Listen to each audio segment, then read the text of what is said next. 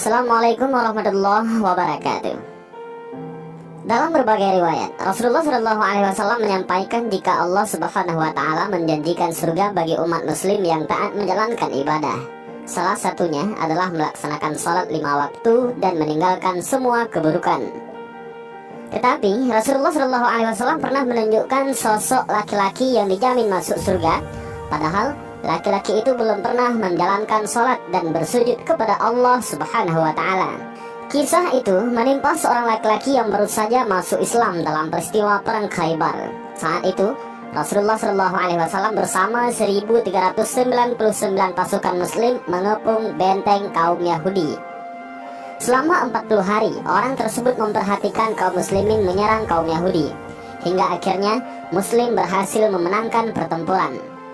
Setelah pasukan menang, maka orang itu datang dan bertanya agama apa yang dibawa umat Muslim, karena dia sangat tertarik. Maka diceritakanlah oleh para sahabat tentang Islam. Lalu dia menyatakan dirinya ingin memeluk Islam.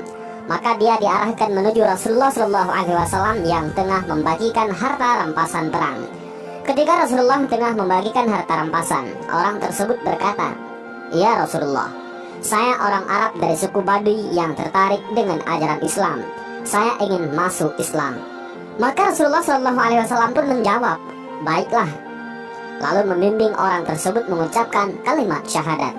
Lalu Rasulullah SAW berkata kepada sahabatnya yang membantu Rasulullah SAW membagikan harta rampasan untuk memberikan bahagian dari harta rampasan tersebut kepadanya, karena ia masuk Islam dan berada di area peperangan.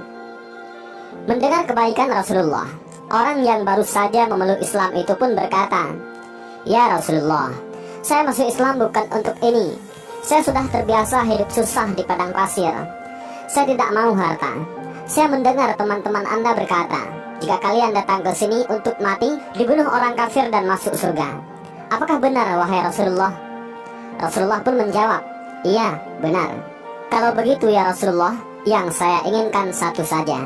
Panah orang Yahudi itu kena di sini dan tembus di sini," katanya sembari menunjukkan dada kirinya. "Kalau engkau jujur dan tulus, maka Allah Subhanahu wa Ta'ala akan memberikan itu," jawab Rasulullah. Akhirnya dia bergabung dengan pasukan Muslim. Saat itu pasukan mengepung benteng kedua. Strategi yang diterapkan umat Yahudi saat itu adalah melepaskan anak panah ke arah Muslimin.